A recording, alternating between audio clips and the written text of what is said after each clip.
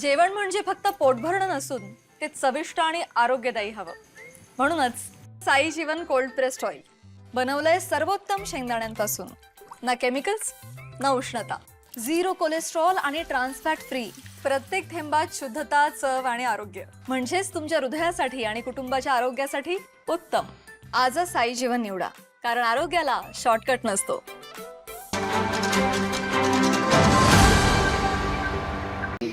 मी खासदार सुप्रियाताईंचा मनपूर्वक आभारी आहे की अशी त्यांनी भूमिका घेतली आणि त्यांनी सांगितलं की पवार विरुद्ध पवार अशी आता लढाई कधीही होणार नाही, याचं मी स्वागत करतो. अमोल मिटकरींचं काय, कारण विधान परिषदेवर जिशान सिद्दीकीनं संधी दिल्यानंतर ते काहीशी नाराज असल्याचं बघायला मिळतं. ठीक आहे, बघा, विधान परिषदेला या काही प्रत्येक वेळेला 2-2 वेळा टर्म मिळत नाही.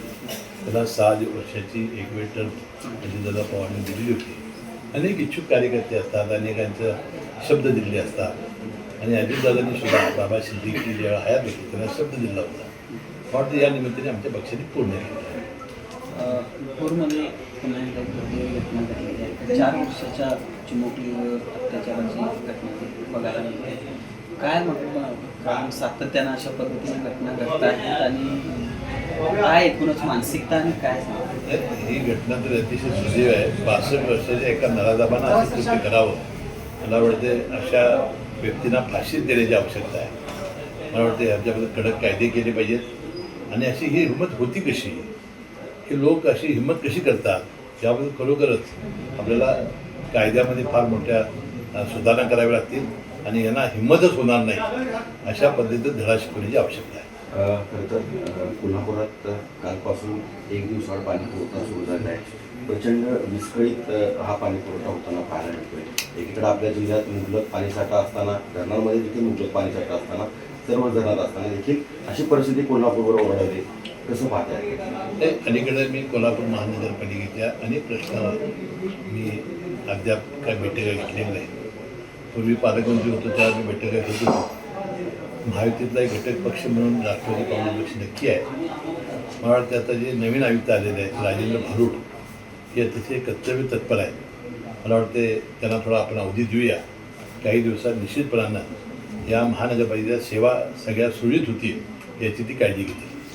सर, गेल्या काही दिवसापासून गोकुळच्या निमित्तानं जिल्ह्यामध्ये राजकारण मोठ्या प्रमाणात तापल्याचं बघायला मिळते. आपल्यावर देखील गंभीर आरोप भाजपच्याच किंवा भाजपच्या सहयोगी आमदाराकडून होताना बघायला मिळत आहे. काय सांगाल एकूणच, कारण अशा पद्धतीने हे आरोप होत आहेत खालच्या हे बघा, माझ्या राजकीय आणि सामाजिक 40-50 वर्षाचा माझा अनुभव आहे. यामध्ये अनेक सहकारामध्ये राजकीय आता मी 6 वेळा निवडून आलेलो आहे. 30 वर्ष राज्याचे 25 वर्ष मंत्री राहिलेला आहे. त्यामुळे सगळ्या कोल्हापूर जिल्ह्यातल्या नव्हे तमाम राज्याच्या कार्यकर्त्यांना माहिती आहे की असे विषय काय व्यक्ती आहे. त्यामुळे असं कोण काय बोलतंय त्याच्याबद्दल आपण लक्ष द्यायला नको. गोकुळबद्दल मी तुम्हाला एकच आणि शेवटच सांगतो, गोकुळचा ज्या दिवशी निवडणुकीचा निकाल लागेल त्या दिवशी गुलाल लावून हसन मुश्रीफ सविस्तर प्रतिक्रिया देईल.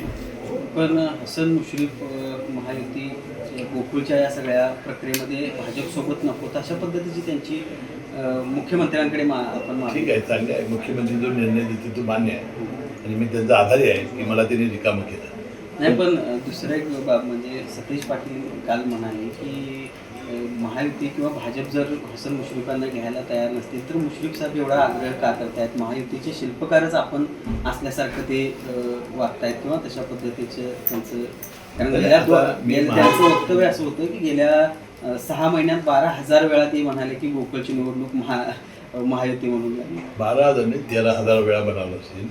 मी महायुतीचा घटक आहे, महायुतीचा मी मंत्री आहे. त्यामुळे महायुतीसाठी आपण पॅनलमध्ये करणार असं मी म्हणालो होतो. आता बंटी पाटलाचं काय मत आहे मला माहिती नाही, परंतु गोकुळच्या आता मी कुठल्याही प्रश्नाचं उत्तर देणार नाही.